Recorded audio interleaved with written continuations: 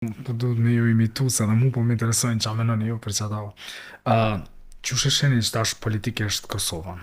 Edhe, ose nështë ta pak edhe me mdimu me konë më rahat, a është e drejtë që ajo pikpamja em që Serbia është preokupimi jonë kryesor momentalisht?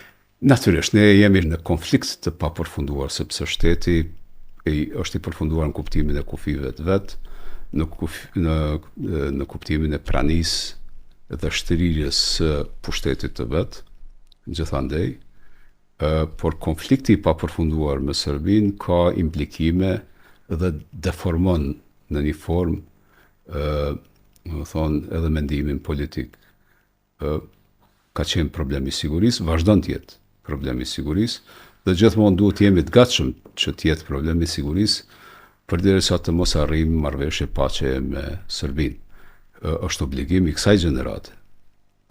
Më thonë, i kësaj gjenerate të cilës i përkas edhe unë, që ta kryjmë këtë çështje dhe që mos t'ja lëmë gjeneratave të ardhshme, fëmijët, jo vetëm fëmijët, po çdo njeri në vitin 2026, 2027, sa më afër që të jetë e mundshme, duhet të shkarkohet nga ky problem i Serbisë, i cili fatkeqësisht kaloi edhe te gjenerata jote, edhe te gjenerata tjera. Pe lokalizoj hala,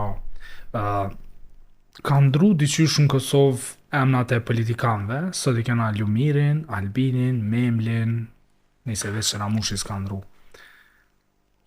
Që shishini këto ta tre emna, si gjenerate e re, nështë në krahasim me që kena pas për para, edhe qëfar linja përfatsojnë, a ka najfar trashëgimie prej lëvizjeve kalume?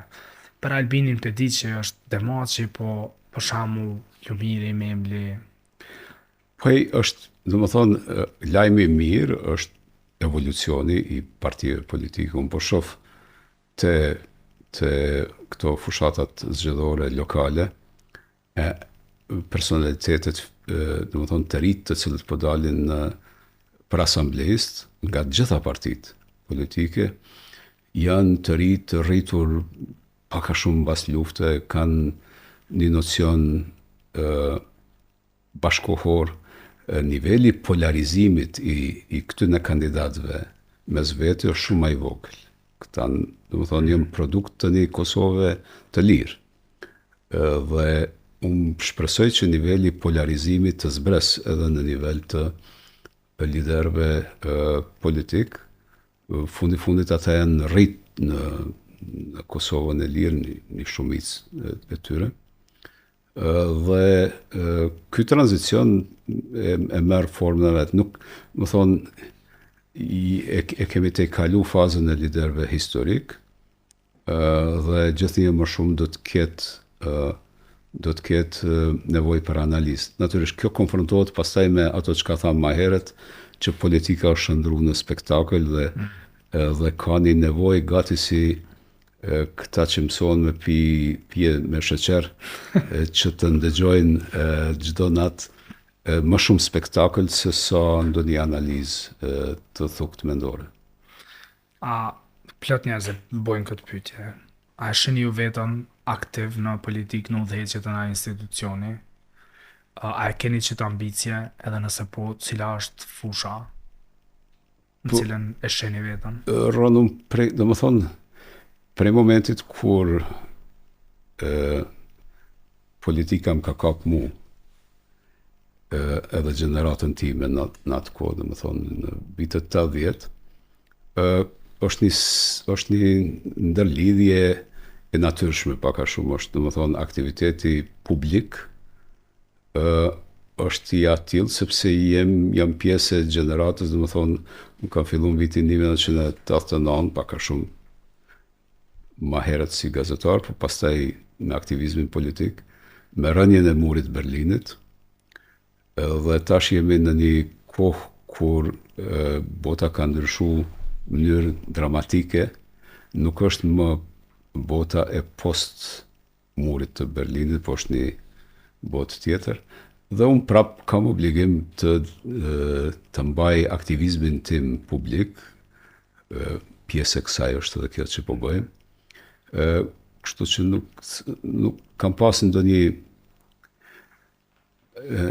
nuk ekziston ndonjë mur ndarës mes meje edhe aktivitetit publik. Krejt njerëzit që flasin për juve, që ju njohin mirë, po edhe që nuk ju njohin, flasin për aftësitë e juja në analizimin e marrëdhënieve me jashtë, politikave ndërkombëtare. Tashti jena aty jetu me qëtë epokë, me bo mi u pyet çka menoni për situatën globalisht mesin të natën, po shkurtimisht a duhet më shqetësu në bazë të asaj që ju keni studiu deri tash dhe çka keni përjetu, se e thamë më herët kena jetu në një kohë ku ka ndodhur shumë sene shpejt. A është për më shqetësu, apo edhe kjo çka po ndodh momentalisht është kështu një krizë si plot tjera që kalohet? Jo, kjo nuk është krizë e rëndomt. Jemi në ndryshimin e paradigmave politike botërore. Rendi botëror çfarë kemi njohur është shembur, nuk është duke u shembur, është shembur. Jetojmë në një periudhë kur ende nuk është vendosur rendi i ri.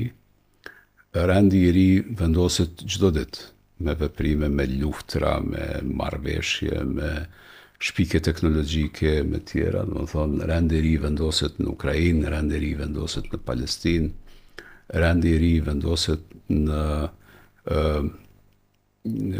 Bashkimin Evropian dhe mënyrën se si do të funksionojë Bashkimi Evropian.